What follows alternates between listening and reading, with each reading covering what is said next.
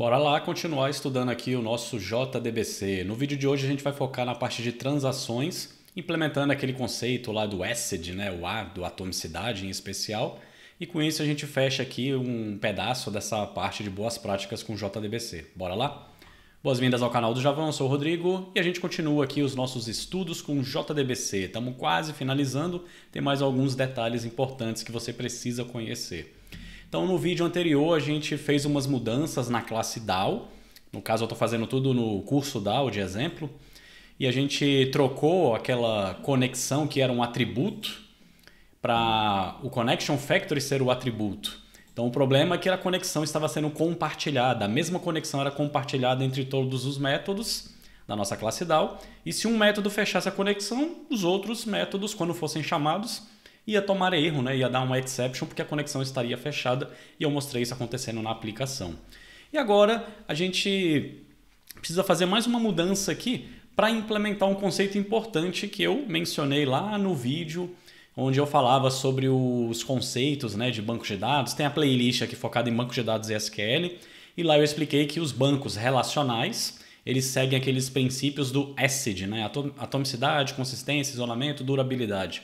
Então são os 4 princípios para você garantir a integridade, né, das informações dentro do banco de dados. E o A de atomicidade é aquele que diz que ou todas as operações ocorrem com sucesso ou nenhuma delas vai ser executada. Então, se eu tenho um método que dispara várias consultas ou comandos SQL distintos e um deles falhar, com o conceito, né, da atomicidade, eu consigo garantir que se um comando falhar, não importa. Não é para desfazer só esse comando, desfaça a operação inteira. Então, eventualmente, você vai ter uma funcionalidade que você quer ter esse comportamento. Se um pedaço da operação falhar, você quer desfazer tudo. E aí, o exemplo mais clássico que me vem à mente é o de uma transferência bancária. Então, pensa lá quando você vai fazer uma transferência bancária, um Pix, um TED, enfim. Você está fazendo uma operação que ela envolve 2 passos. Tem que sair dinheiro de uma conta e entrar na outra conta. Vai ser debitado de uma conta e creditado na outra. São 2 passos. Então, se por um acaso eu debito da primeira conta, mas na hora de creditar na segunda conta dá algum problema, eu tenho que desfazer o passo anterior. Então, percebe? É uma operação que envolve 2 etapas. E eu quero garantir que todas elas sejam executadas com sucesso. A operação só vai se concluir se ambos os passos forem executados com sucesso. Não faz sentido eu seguir o fluxo, deixar tudo funcionar normalmente se um dos passos ali der erro. Então, se um dos passos der erro, eu quero desfazer tudo. Então, a primeira operação de débito deu certo, mas a segunda deu errado, eu tenho que desfazer a primeira operação. Então, esse é o conceito, né, de atomicidade. E ele é representado aqui na programação com o uso de transações. E o JDBC ele nos ajuda com essa questão de transações. Então aqui a gente não tem nada relacionado com transação, não tem no código aqui nada transaction, né? Não tem esse termo aqui, mas por baixo dos panos o JDBC ele cria uma transação para a gente sozinho. Só que vamos pegar aqui de exemplo o método salvar. Onde que essa transação está sendo criada? Como que funciona esse conceito aí, né, da atomicidade? Então aqui nos nossos métodos da classe DAO, aqui de curso DAO, a gente não vai ter essa situação, né, onde eu tenho 2 comandos SQL sendo disparados, 2, 3, 5 ou mais comandos sendo disparados. Então até não faz muito sentido, mas para exemplificar eu vou fazer aqui em cima, né, da classe curso DAO para não ter que criar outra classe aqui, enfim. Então vamos se basear nesse método salvar. Imagina que aqui no método salvar eu tenho 2 comandos SQL que eu quero executar. Eu tenho que executar um insert e depois eu tenho que executar um update em uma outra tabela. E eu quero garantir que isso seja executado dentro de uma transação. Como que funciona? Como eu não disse nada aqui para o JDBC, eu não delimitei onde que começa a minha transação, quais são os passos, onde que termina, ele vai assumir o modo padrão dele. Qual é o modo padrão do JDBC? Todo comando que é executado, ele é executado de maneira isolada. Então é como se existisse uma transação sendo criada para cada comando. Então se eu alterar esse código aqui e quiser fazer essa operação de update, então vou até simular aqui, só de exemplo mesmo, depois eu vou apagar porque não vai fazer sentido. Então vamos lá. Imagina que eu tenho 2 comandos SQL. Vou declarar 2 variáveis SQL aqui. var SQL é um insert, a outra vamos imaginar aqui que é um update. update, cursos, set, sei lá, id igual a 1, id igual a 1. Então vai ser um update inútil aqui que não faz nada. Muda o id do curso de id1 para 1. Então ele não está fazendo alteração, mas só para exemplificar. E agora eu tenho essa situação aqui. Eu tenho esses dois comandos SQL e eu quero que eles sejam executados dentro da mesma transação. Então como que isso funciona? Então, antes da gente ver esse conceito da transação, do jeito tradicional aqui, se eu não falar nada, o que eu precisaria alterar nesse código para executar esse segundo comando SQL? Então a gente tem aqui o comando SQL, que ele até trocou aqui para SQL 2. E aqui eu tenho um prepared statement para esse comando, eu precisaria criar mais um prepared statement. Ó. Então vou criar aqui var ps2 igual a connection. Prepare um outro comando aqui e ele é da minha variável SQL2. Então agora, dentro do bloco try, no vídeo anterior a gente viu também esse recurso do try with resources. Então ele já faz o close sozinho aqui, o Java já faz o close sozinho. Então isso funciona para JDBC, para arquivos, tem situações onde a gente consegue usar esse try with resources. Então beleza, eu tenho uma única conexão, não precisa ser duas conexões, é uma única conexão. Estabeleci uma ponte com o banco de dados e nessa mesma conexão eu quero rodar vários comandos. Posso fazer isso tranquilamente. Eu não preciso ficar criando conexões distintas. Eu posso usar a mesma conexão para ter um reaproveitamento. Só que aí eu vou precisar ter dois prepared statements. E eles vão ser gerados da mesma conexão. Então, conexão, prepara o primeiro comando, que está na minha variável SQL. Conexão, prepara novamente um comando, só que agora é o da variável SQL2. Eu tenho aqui os dois prepared statements. Aí, se eu tiver que substituir alguma interrogação, set string, set não sei o que, faço isso para o primeiro prepared statement, faço para o segundo prepared statement. No caso do segundo não tem nenhum parâmetro, né, nesse meu exemplo aqui fictício. E aí, ó, ele chamou aqui ó, o ps.execute, executou o primeiro comando. E aí eu tenho que chamar o ps2.execute para executar o comando do segundo prepared statement, que é o comando do update. E aí aqui a gente não precisa fazer o close, nem dos prepared statement, nem da conexão. Lembra que o try with resources é para isso que ele funciona, ele vai fechar sozinho, diminuindo aqui linhas de código. E está aqui o exemplo inocente. Você acreditando que se o segundo comando falhar, o update falhar por algum motivo, o insert aqui vai ser desfeito e ele não vai ser desfeito. Então, imagina que eu digitei o comando errado ou na hora de executar esse update o banco está fora do ar, aconteceu alguma coisa, enfim. Então, pode acontecer um problema no segundo prepared statement. Só que desse jeito que está o código, do jeito padrão, quando eu não falo nada para o JDBC, como que ele trata essa questão da atomicidade das transações? Cada prepared statement vai funcionar, vai executar de maneira isolada. Então o primeiro prepared statement executou, beleza. O segundo executou, se der erro, ele vai ser desfeito, mas o anterior não, porque o anterior foi isolado. Cada prepared statement funciona numa caixinha isolada. E é isso que eu não quero aqui. Eu quero que eles funcionem dentro da mesma caixinha, dentro do mesmo bloco, dentro da mesma transação. Porque se um deles falhar, eu quero que o outro, ou os outros que não deram erro, né, que eles sejam desfeitos, para que eu não crie inconsistência no banco de dados. E lembra que esse é o coração do banco de dados, garantir a consistência e a integridade das informações. Então, quando você tiver esse cenário usando o JDBC, onde você vai ter um método que tem várias operações, você quer colocar todas dentro do mesmo bloco, você vai ter que fazer umas mudanças aqui no código. Então é bem simples, nada de muito complexo. O que você vai ter que fazer é pegar a sua conexão e você vai ter que desabilitar esse modo padrão do JDBC, onde cada comando vai executar de maneira isolada. Você vai ter que meio que desligar isso. Vai falar, ó, JDBC, eu não quero que cada comando rode numa transação separada. Eu quero que você não faça mais esse controle automático. Eu que vou controlar aqui no código quais são as operações que tem que ficar dentro da mesma transação. Então a gente vai, digamos assim, desligar o modo automático e a gente controla manualmente aqui no nosso código. Como que eu faço isso para desligar esse modo automático? Vou fazer o seguinte. Antes de setar aqui os statements, a gente pega a connection e existe um método aqui ó, chamado setAutoCommit e eu vou passar o booleano false. Então aqui está o pulo do gato, aqui está o segredo. Conexão.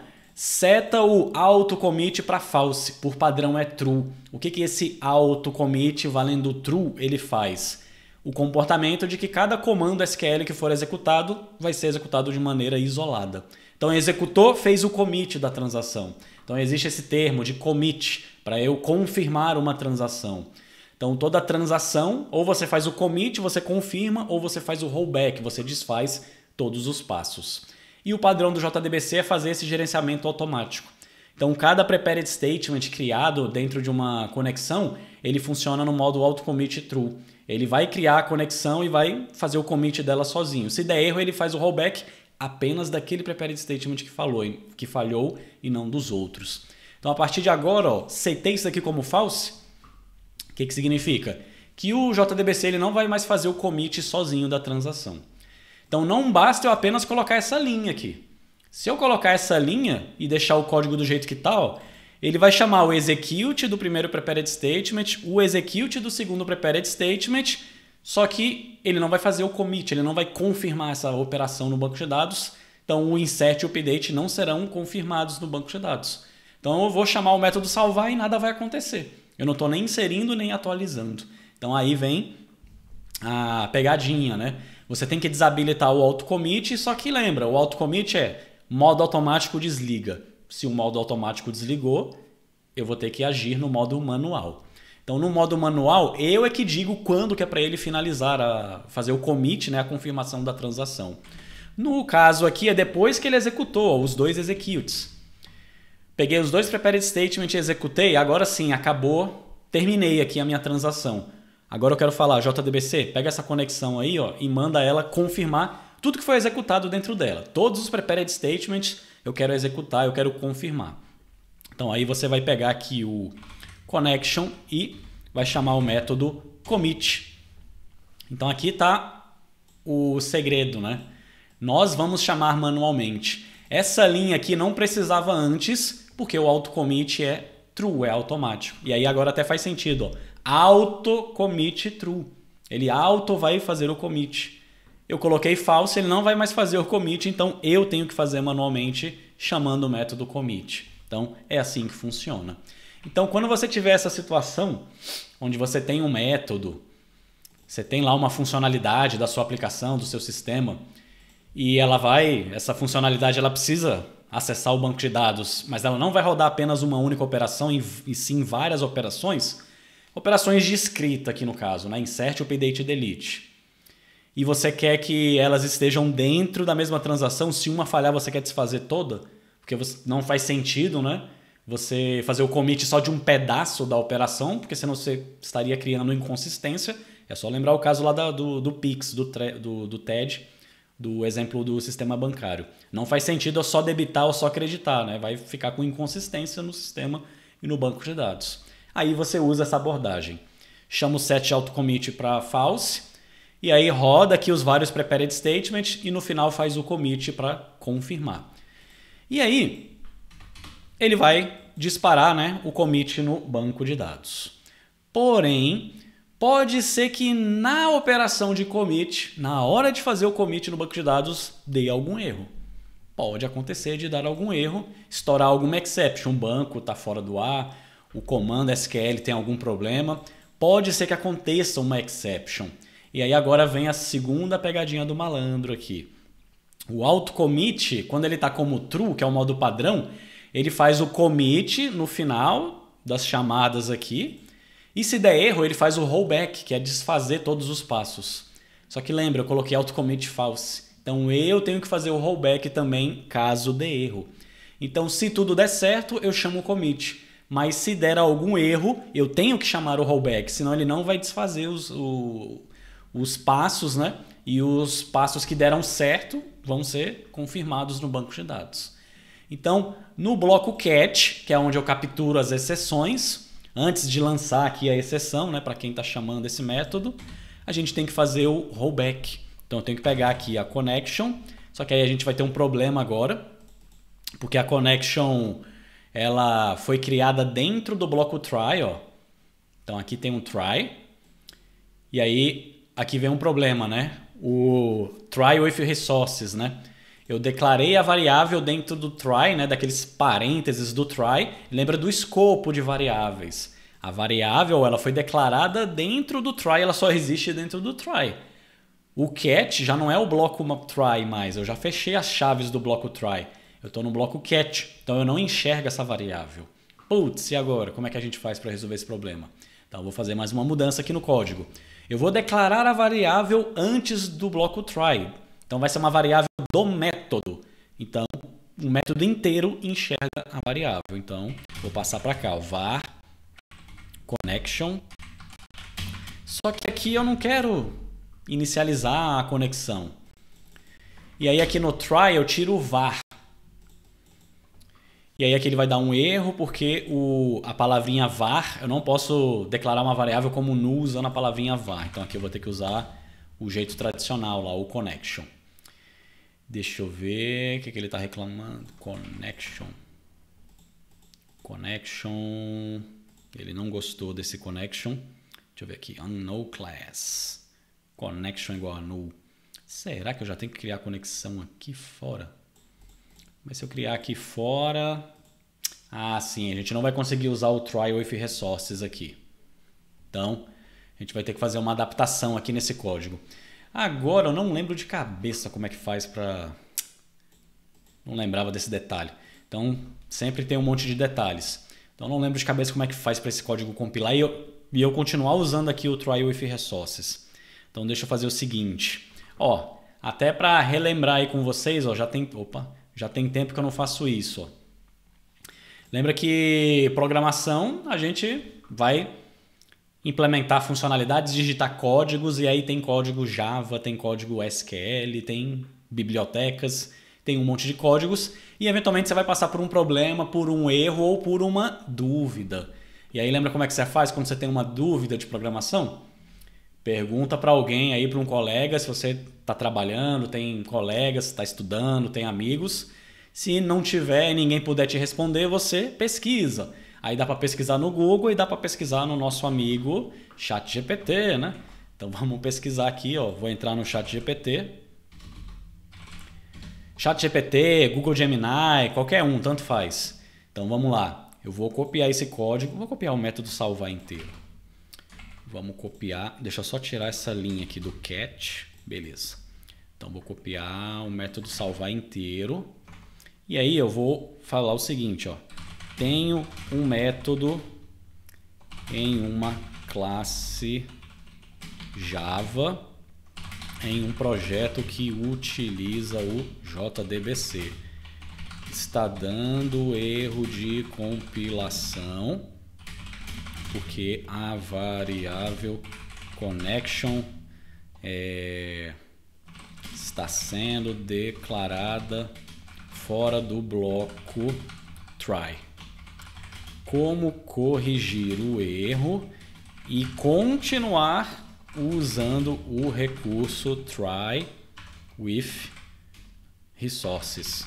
Então é importante, porque senão ele vai tirar o try with resources, mas eu não quero. Aí eu vou dar um 2 pontos, um shift enter para colar aqui na linha de baixo, agora um enter para mandar a pergunta. Então lembra, inteligência artificial é ferramenta para te ajudar com produtividade, é um assistente particular que você tem ali, ó. E aí ele falou, ó, o erro está acontecendo porque não sei o que, parará, para corrigir, remova, não sei o que, declare diretamente dentro do try. Beleza. Tá, mas aí ele vai voltar pro... Ele meio que desfez o que eu queria. Beleza, é que eu não lembrei, né, de citar o detalhe do catch. Ok, porém preciso chamar o método connection.rollback dentro do bloco catch. Como fazer isso então? E aí manda a pergunta. Para permitir o uso do connection dentro do catch, você declara a variável fora do try, mas inicializá-la dentro do try, isso garante, parará, beleza. Connection, connection.commit, connection.rollback e o close. Então não vai ter como ele, pelo que ele falou aqui, né?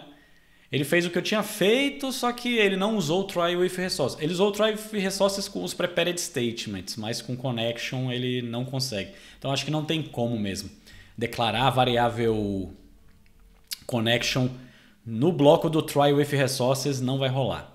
Então, beleza. Então vamos fazer do jeito tradicional. Então aqui eu criei a connection, só declarada como nulo. E eu não vou criar ela aqui dentro do try with resources. Vou apagar. Opa, apaguei demais. Deixa o try with resources. Aí o que ele fez aqui? Fez um try. Um try dentro do try. Legal, nunca tinha visto isso. Beleza. Coloca. Não, pra mim dá pra fazer o seguinte. Acho que pode ser aqui, na verdade. Ah, não, eu preciso da conexão antes. Tá. Não, então eu vou fazer o seguinte, ó. Vou mover aquela linha pra cá. Pera aí. Deixa eu dar um Ctrl Z. Deixa eu pegar ela de volta aqui que eu copiei demais. Cadê o connection? This. Apaga essa linha. Beleza. E eu quero fazer isso daqui, ó. Connection. Aí, aqui pode usar o var, então. Não tem problema. Connection.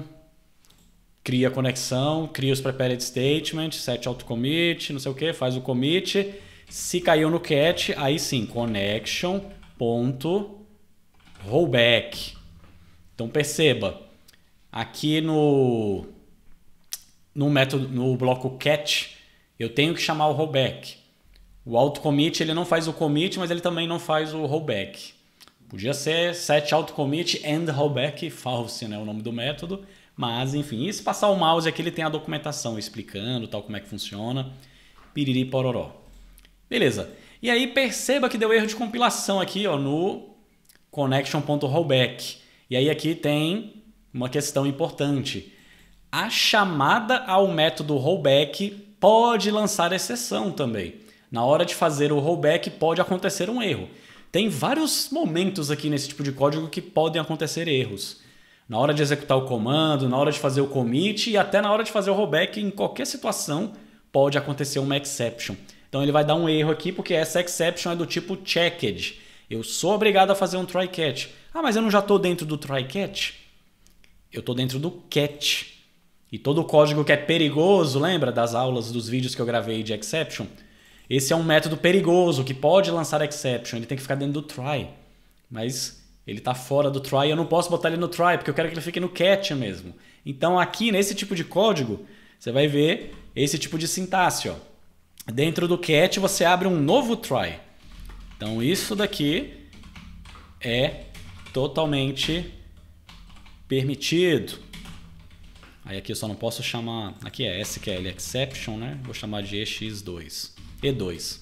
Porque eu já tenho a variável E no catch principal. E aqui agora eu tenho um outro catch. Então olha que interessante. Dentro do catch eu estou chamando um método e esse método é perigoso e pode lançar exception e é checked. Sou obrigado a fazer o try catch, eu faço o try catch. Então isso é totalmente comum.